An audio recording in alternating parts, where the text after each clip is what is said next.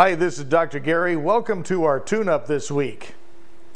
From a lot of the feedback I'm getting, many people are very confused about being misunderstood. Not quite understanding the reason that maybe people do not understand them, or they're not being heard, or maybe they feel invisible or irrelevant. Well, one of the things that I know for a fact, and I've learned this over years and years and years of my own experience in communicating with people, and also understanding neurolinguistic programming and what that really means, how being understood has a lot to do with not just the words, but the tone, the way we speak, the way we look when we speak. And sometimes when we text and email and do something that the visual communication is not available, our meaning gets lost in translation, because all of us perceive certain words to mean certain things built upon our complex equivalency, or the way we believe from the way we've been raised and what we've learned since we were little. So we have to understand that if we want to be understood, we got to be really careful about the way we use the words, and understand that any one word, any descriptive phrase that we have means something to us. However, to someone else, it's probably going to mean something a little bit different. And sometimes it can be a lot different. So let's start with virus words.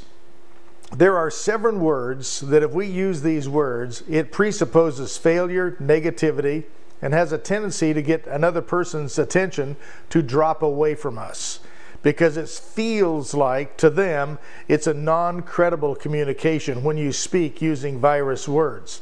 It sounds simple. Getting rid of them is a life's work. But here's the value if you can get rid of those words, those 7 words: why, try, need, but, should, don't, and hope. What happens is, if you eliminate those and trade those for new words, for example, hope sounds pretty, and spiritually it's a good thing. But when we speak it in our language, it means something completely different. Hope, if we can learn to trade that word for the word trust, rather than I hope you're going to have a good day, just say I trust you're going to have a good day. It sounds completely different to the person receiving it. Where if you say I hope you have a good day, there's a presupposition built into that that says, wow, I might not.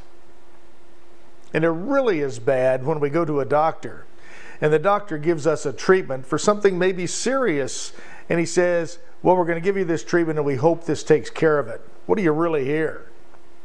But if the doctor would just say, we're going to give you this treatment and we're confident and trust this will take care of it, it just sounds a little different. Not perfect, but it's more solid. So eliminating virus words is a big plus in us being understood and another person hearing us earnestly and with an intention of actually wanting to hear what we say. Always remember that communication is more than words. In fact, that's a very small amount. The big communication is the way you say it, the inflection you put in your voice tone, because there's also a presupposition in that the mind, the neurology of our listening system, picks up all kinds of information from that. Also remember, if you can also speak to someone rather than write something, it helps. Now I know text messaging, Instagramming, and also voicemail is not going to go away. But voicemail is even less and less these days than just texting. So when we have the written word, there's really a lot lost in translation. You've got to be really careful in the words you use, and also being more descriptive in your intention behind those text communications. Because I run into people all the time. Many of the challenges I work with just couples understanding each other, has to do with them texting each other. And the inflection one understands and the other one receives. Let's really start paying attention to this. Our humanity depends on it.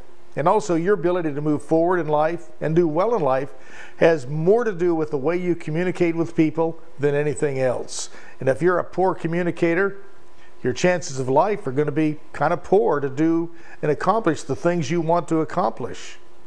Give yourself permission today to grow and learn through making a deal with yourself that says, you know what? I'm going to really explain myself, and I'm going to be much clearer in the way I speak. And you're going to know what's going to happen is the people that you are speaking to will appreciate it.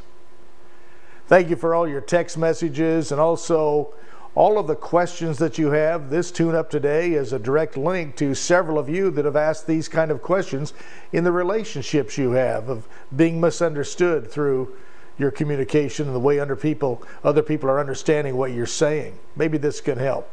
Until next time, thank you for tuning in, and I look forward to talking to you next time. All right, bye-bye.